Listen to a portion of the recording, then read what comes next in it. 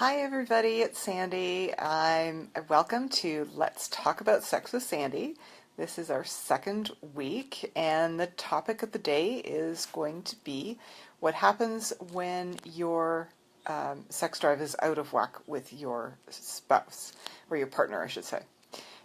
First of all, for anyone who doesn't know me, my name is Sandy O'Shea. I am a holistic nutritionist and founder of Stepping Stones Wellness. Welcome to my page. I hope you enjoy my little presentation tonight. And please don't hesitate to add in a comment or ask a question. I will be waiting until the end of the show to address them, just because my squirrel brain, yeah. Last week was a good indicator of what happens when my squirrel brain is distracted by all the comments and questions and stuff that come in the feed. So let's get to it.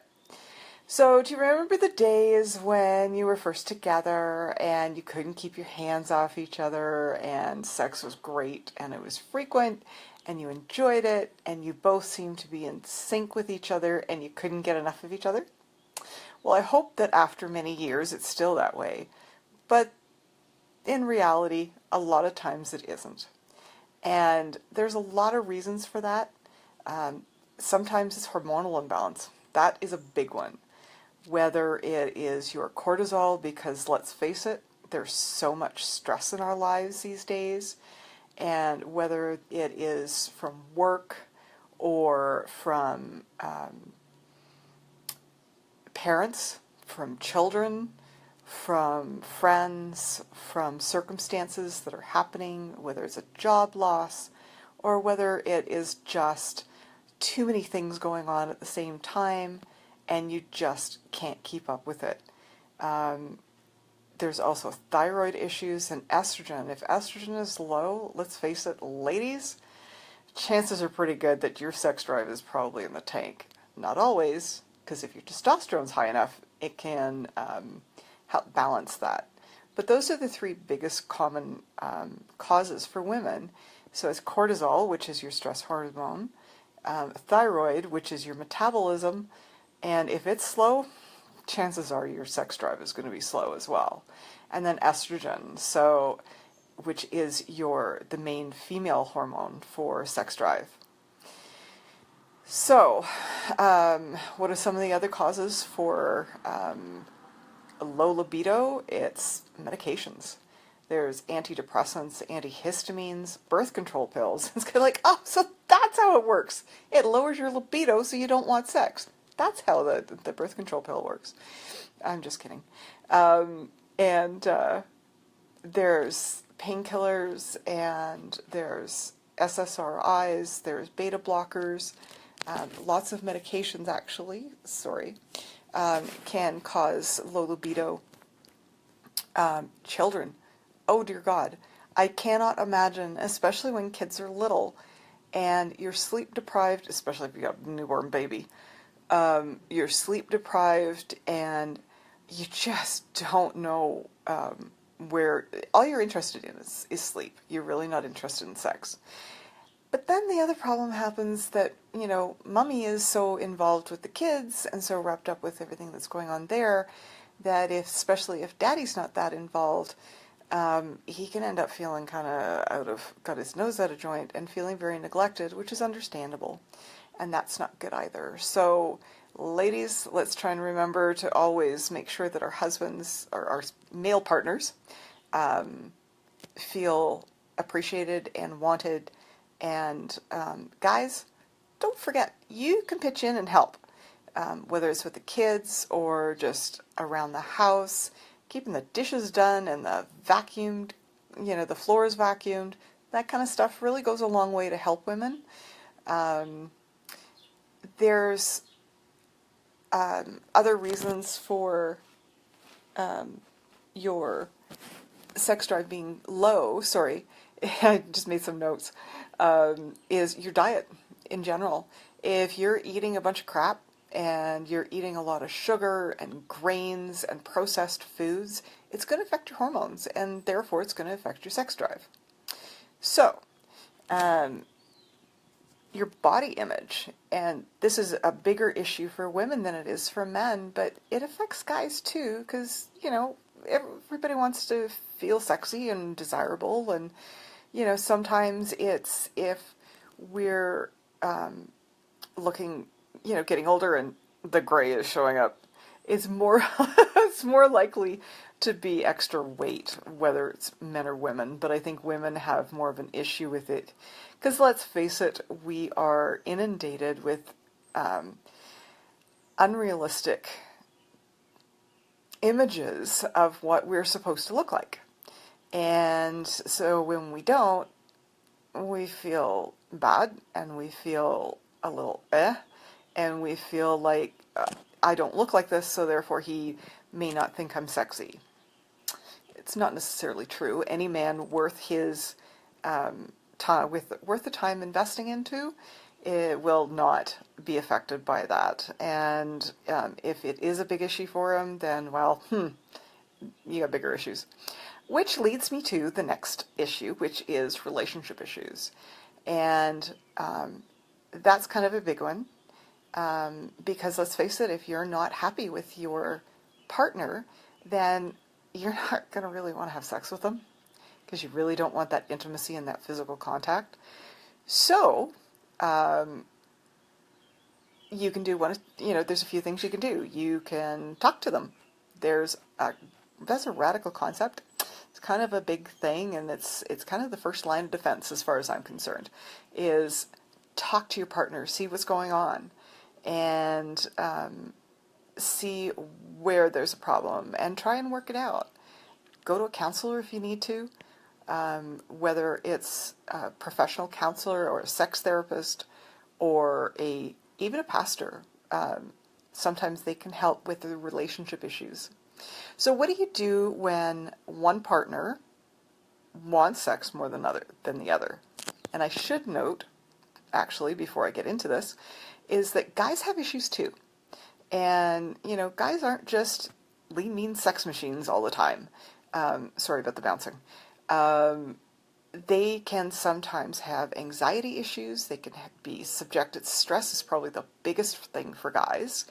But it can also be caused by some physical issues. It could be heart, circulation, thyroid, blood sugar too high, blood pressure too high. So there's all kinds of physical reasons. So it's always, if you're having issues with either libido or performance or endurance, go see your doctor. Get a medical checkup, and if there is nothing wrong with you medically, chances are pretty good it's stress. So what do you do if one party wants it all the time and the other party just has a very low libido? Well, talking is probably the biggest thing. And, there's other things that you can do other than just intercourse. I mean, it's fun. But if, whether it's taking care of things by yourself or together, mutual masturbation is fine. Or even if just one wants to, or if she's got the high sex drive and he's having some issues, then there's always oral sex. There's he can masturbate her. He can do all kinds of things to her. And ladies, if you're not in the mood to go through the experience of intercourse, then give him oral sex or give him a hand job, or just be together while one or both are getting off. Quite frankly, I know I'm a little blunt about things, but hey, that's just the way it is. We got to be frank about sex, and I don't see why we should pussyfoot around things. So, and that's kind of my big thing is communication. You just can't get a better way of dealing with things than to talk, and not in an accusatory manner, not, why aren't you doing this, and why don't you, want sex, and why don't you touch me? Why don't you do this? That's just going to lead to more problems. So my suggestion is not during the heat of the moment, not when one is wanting it and the other one's not, but take some time and get away. Like if you've got kids, chat some evening when the kids are in bed. There's the parents issue. A lot of people in, kind of my age bracket, we're in the sandwich generation where we've got, a lot of people have kids, plus they've got older parents that they're dealing with. And, sometimes it's hard just to get some time alone together. So take a drive, take a walk. A walk is even better. And just talk. Like, no accusations, no recriminations, just, hey, just wanted to check in, notice that things aren't, going quite as well as they used to. Is everything okay with you? And I think that's one of the biggest things is just, check in with your partner and make sure that it's okay. And do you need anything from me? Is there anything that I can do for you that I'm not? If you're the one who has a high sex drive and your partner doesn't, then ask them if there's anything that they can do that you can do for them to make them want sex more. And sometimes it has nothing to do with you. Women, we're notorious for taking things personally, and if our partner doesn't want us, or doesn't want sex, not that they don't want us, but if our partner doesn't want sex, we think that it's us, and there's something that we're doing wrong. And sometimes it's true, and sometimes it's not. So communication is the huge, biggest thing when it comes to intimate relationships. So, and sometimes you can, there are supplements that you can take to help boost your libido. I don't recommend them in general. I like to talk to people specifically, make sure that they're not on other medication, see what the issue is, because sometimes it's just that they have no desire for sex. And there's lots of reasons, as I indicated before, for why they might not want it. Is it a lack of desire, or is it an issue of performance? So that's why I won't get into the actual supplements on this post. So if you are interested, you can always reach out to me. I'm at sandy@steppingstoneswellnessinc.com, or you can just PM me here. I respond as quickly as I possibly can. And that way we can talk about what's going on with you, and I can recommend the best solutions.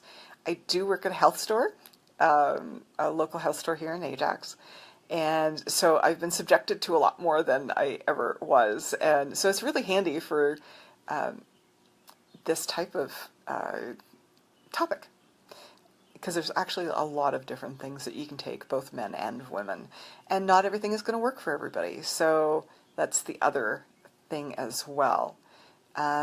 So I'm just going to take a second here, and I'm going to put my glasses on because I can't see without them. There we go. Hello, everybody. Hey, Celia. Monique. Whoopsie. Uh-oh. Oh, now what did I do? You'll have to forgive me. Oh, there we go. Yeah, belly fat, I hear you on that one. I used to have such an issue with feeling like, oh my God, I've got belly fat, I feel disgusting, I feel undesirable. I went through a long period where I had zero sex drive, and it was so unfair to my husband. Thankfully that changed once I got my hormones back under control. So the best thing to do, really, the belly fat, you know what, it's okay. Ask your partner if it bothers them, because chances are it probably doesn't. It's just that we tend to put too much pressure on ourselves. And once I kind of got, I finally got to the point where I can look at myself in the mirror naked and say, you know what, you're beautiful, and you're sexy, and you're hot. And do I need some work? Well, yeah. Am I doing it? Yeah. And that's all that really matters. So, Darlene, I hear you, girl, but just remember, you are beautiful. Every single one of us are beautiful, and it does not matter. Society has um, sold us a bill of goods, and just they're trying to sell us stuff, quite frankly, and they're trying to make us feel bad so that we think that we have to do things that we don't actually have to do. So, you know what, sister? Feel good about yourself. Accept the fact that you are who you are and where you're at. And if you want to improve, that's great. I think we should all always be, working to improve ourselves. But you gotta love yourself for where you are and for who you are and the shape that you're in at the time. So I hope that helps just a little bit. Celia, thank you, darling. Hey, Helen, how are you? Hi, Kyla. Does anybody have any questions? Since I have a couple of minutes, I thought I would throw it out there and see if you have any questions, any comments. And I'm just double checking to make sure that I caught everything. Thanks, Darlene.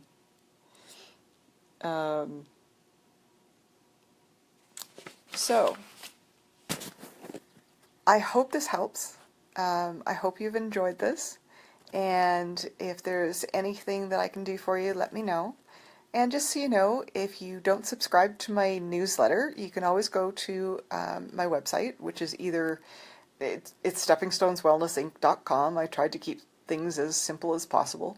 And you can sign up for the newsletter there. And I do I do a lot of posts on sexual wellness, on hormone balancing, on supplements. I do talk about supplements, and there's always just kind of this and that and miscellaneous things that sometimes I get inspired to write about certain things. This week's post is about pornography, so it's going to be interesting. It's an interesting one. It's a little bit different than kind of your average chat about pornography. Barry and I had recently watched a series on Netflix, and it got me thinking, and that's what inspired this week's post. So, and talk about, doing things, trying different things. It's important to always try to spice your love life up and make sure that you're communicating at all times. So I'm going to say goodnight if there's nothing else. And I hope you have a fabulous upcoming week. And for those who are celebrating Father's Day, I hope you had a nice Father's Day. And for those of us who, my dad's been gone for almost 16 years now, we never forget them. So have a fabulous, fabulous week, and we'll chat. We'll see you again next Sunday. And the topic for next Sunday will be health benefits of regular sex. And by regular, I mean frequent, not just, conventional regular sex. You can kink it up any way you want. Anyway, I'll talk to you soon. Take care, guys. Love yous. Bye.